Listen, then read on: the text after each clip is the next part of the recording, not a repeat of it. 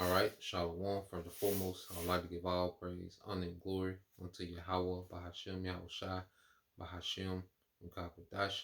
Double honors unto the apostles and the elders, GMS, who rule well, teach well, being great examples to his younger brothers.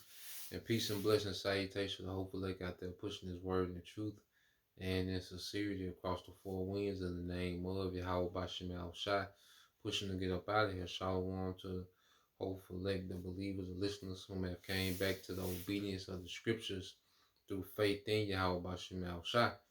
Okay, I want to go into the day, dealing with the topic of becoming a prize, because we know today, social media, culture, you have the red pill movement, and, in this society, a lot of things are backwards, in this society made it to where, the woman, was the prize, and, they devalue, you know, the the man, okay, and they exalt the woman.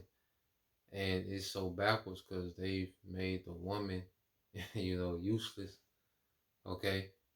A lot of women had, pretty much the modern woman has become useless, but she was looked at as a prize, and the man, here it is, has to take on more responsibility, and underappreciated. But at the end of the day, we hear, the man asking what the woman, what she bring to the table. The men, are screaming, we the prize, which at the end of the day, men have, high value, and it ain't based on money, because if you get a man that can manage a household, and has father qualities, okay, that's worth more than money. Now, of course, money is needed, for day-to-day obligations, bills, so, man has to be an earner, okay?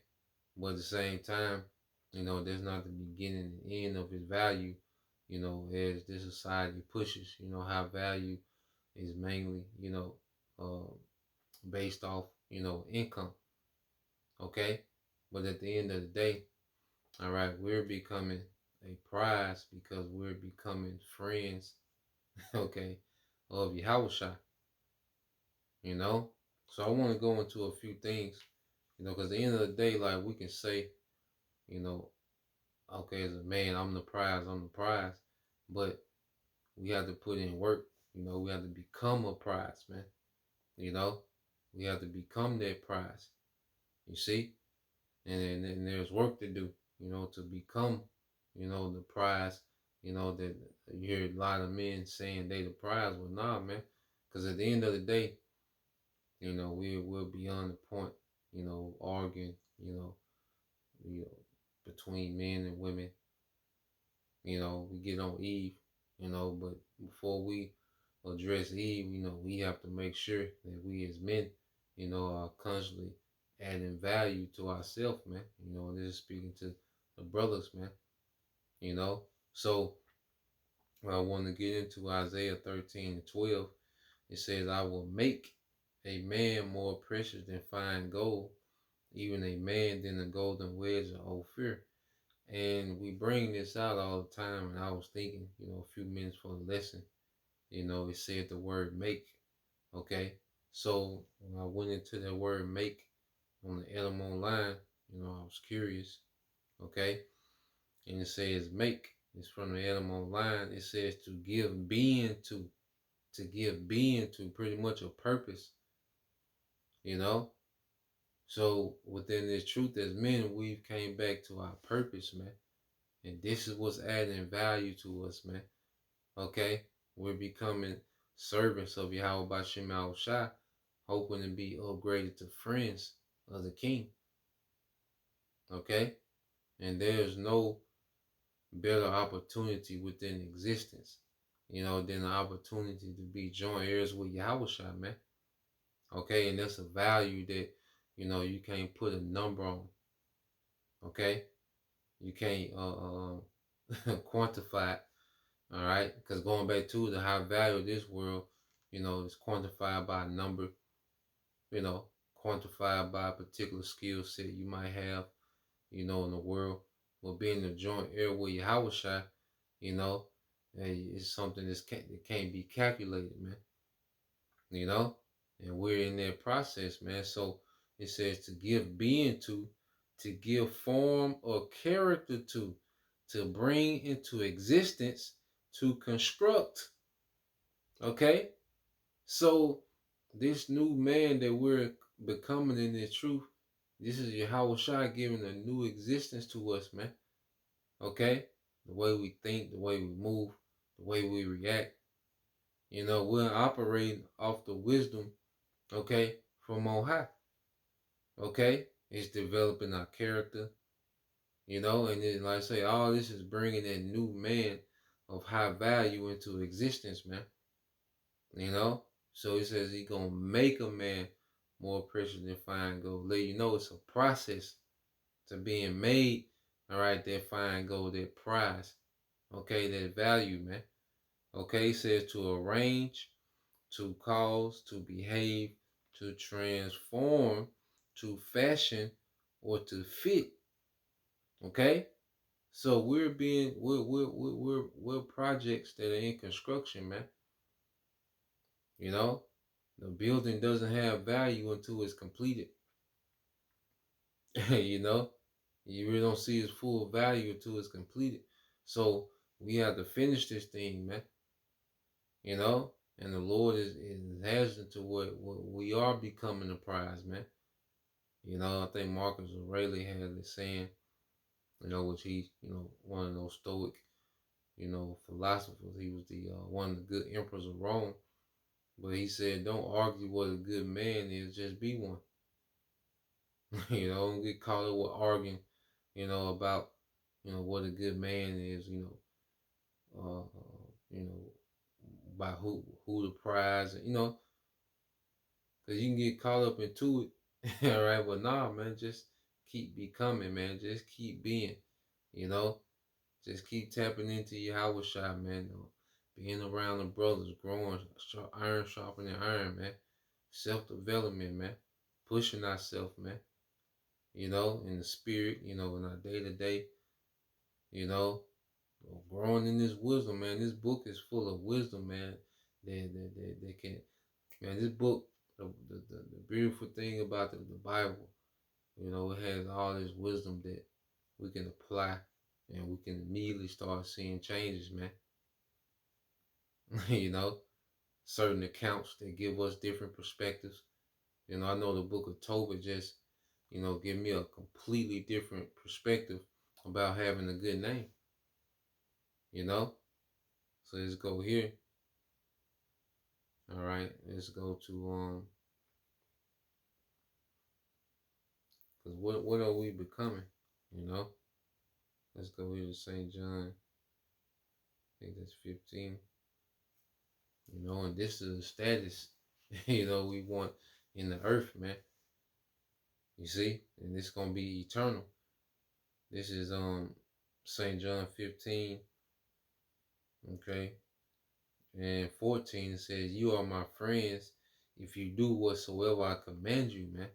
All right, so Yahweh Shai saying, look, you my friends if you do whatsoever I command you, man. So as men of Yahweh Shai, man, our focus is pleasing Yahweh Shai, carrying forth his will. And we know right now that it's all about the edification. It's all about watching. It's about warning. It's about being, you know, solid brother, you know, moving with no guile, moving with integrity, man. You know, discipline, like Yahweh Shai is with that. You know, that's making us to become friend status, man. Okay, the hell with being, you know, friends of this world. Okay, we're gonna be misunderstood. Becoming friends with Yahweh Shai, hey, we're gonna be misunderstood in this world, man. Okay, but look at the value that is adding to us, man. This world can't add value to us, man. It only takes away. You know, this world diminishes. You know, this Esau got set up where the beast diminish you. You know, it strip you of qualities. You know, It script you to be compatible. You know, it script you of everything, man. You know? But this is adding everything to us, man. Verse 15, henceforth I call you not servants, for the servant not, I said, for the servant knoweth not what his Lord doeth, but I call you friends, for all things that I have heard of my Father, I have made known unto you. Okay?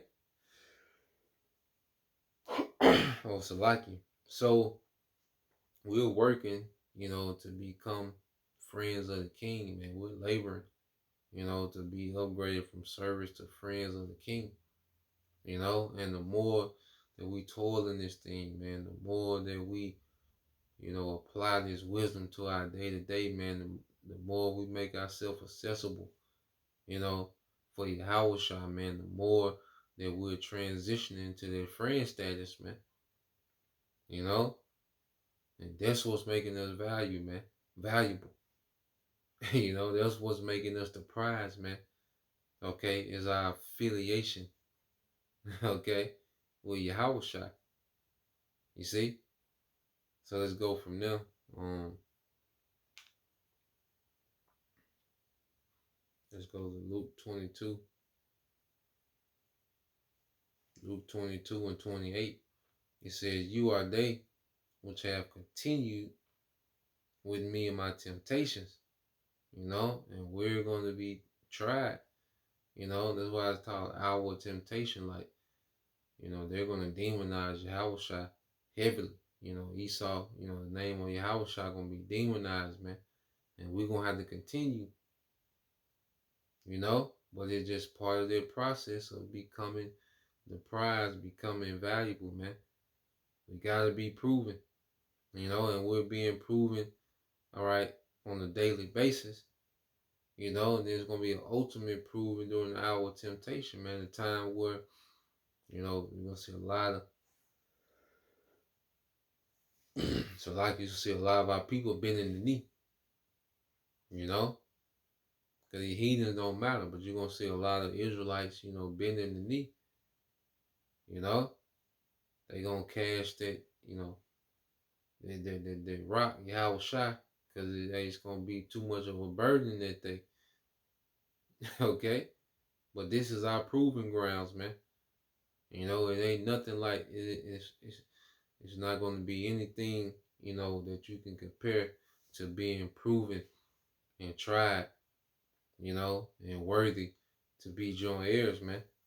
You see? That's what's ahead of us. All right? And it says, verse 29 says, "And I appoint unto you a kingdom, as my Father have appointed unto me, that ye may eat and drink in my table in my kingdom, and sit on thrones judging the 12 tribes of Israel," man. Okay? That's the end game. Everything we going through, this is the end game, man. To have a seat at the table. Okay? So we want to constantly just, level up in this thing as much as possible, man. Stay toiling in this thing, man. Okay? We have the highest office that you can have in existence, being a joint heir with Yahweh Shai. And we're becoming that, man. We have to start becoming rulers now. We have to start becoming leaders and judges now, man. And as men of Yahweh Shai, we start to develop in this thing, and then, that's when true value comes, man. And we can really start to operate and apply this wisdom real time, man. That's the true value. We can apply this discipline, self-restraint, like all this value, man. Patience. Okay. All these things are adding value to us as potential, joint heirs, man. Okay. So let's get this here. We're in it. This is 1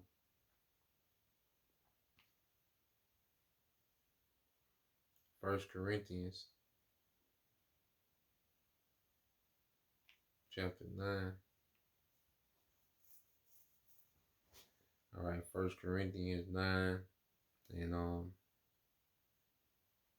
starting at 24. I'm starting NLT. All right. 1 Corinthians 9:24. Don't you realize that in a race, everyone runs, but only one person gets the prize? So run to win. And we really gotta move, with a competitive mindset, you know, and it's not, that you compete, against, brothers. You competing with ourselves, man. Making sure that hey, we're operating as the best version of ourselves, man, or constantly becoming a better version. Because there's no thing of as we arrive, but we want to keep becoming the better version of ourselves in this thing, man. You know, always looking, to elevate.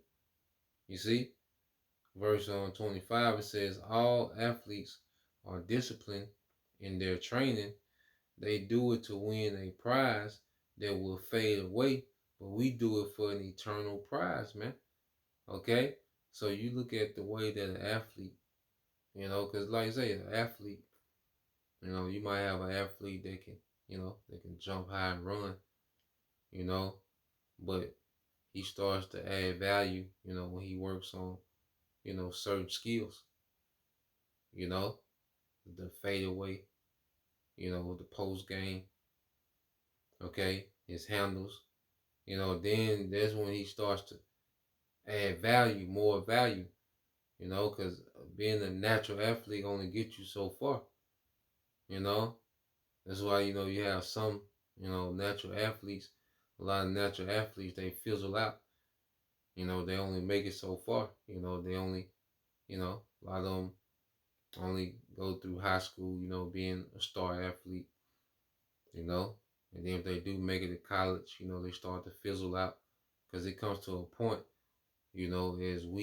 as you get amongst, top tier, okay, of your peers that's in your craft, whether you're an athlete, whether you're an engineer, okay, whatever you are, architect. Once you start to elevate, you know, and become, start being around more superior, your peers, then what separates, okay, is the extra work put in, you know, that's adding value, so that's why you see an athlete, he had a jumper to his game, I say he'll add the mid range, you see, he had the floater, footwork in the post, then he's adding value to himself, man.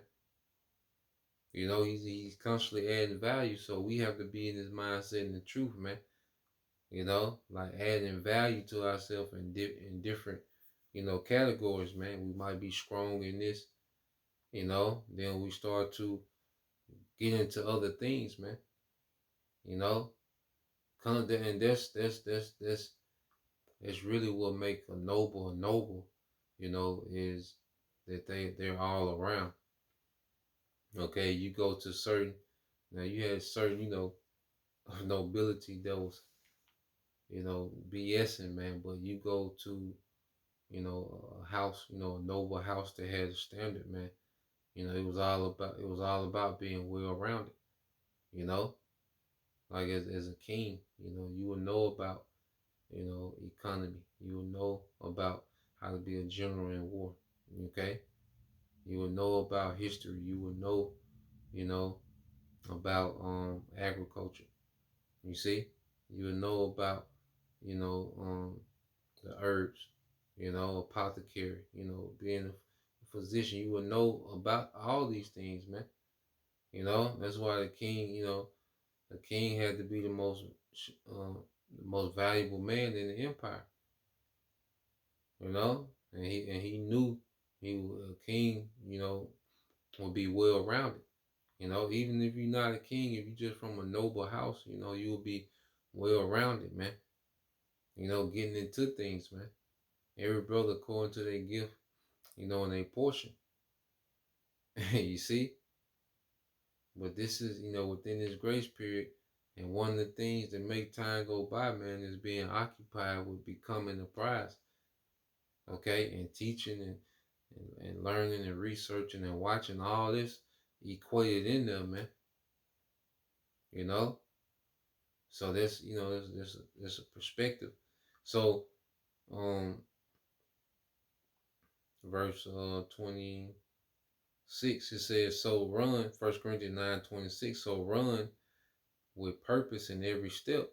It's like it. 1 Corinthians 9:26. So I run with purpose in every step. I am not just shadow boxing. Yeah, man. He said he run with purpose in every step. Because in this world, in this society, it's a very random society.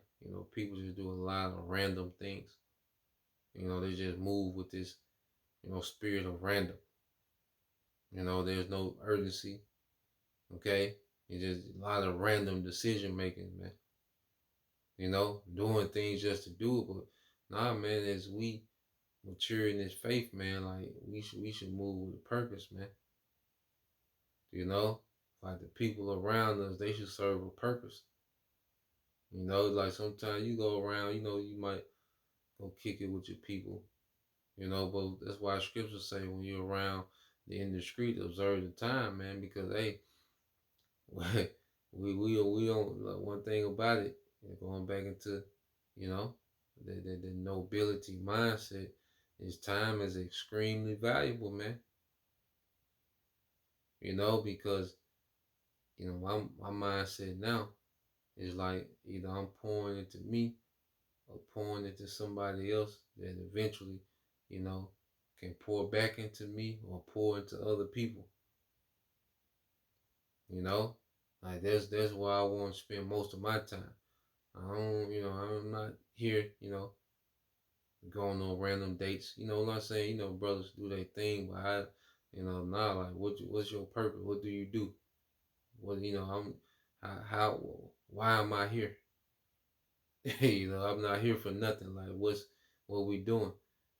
How are we benefiting each other? Like we ain't, we gotta get to the,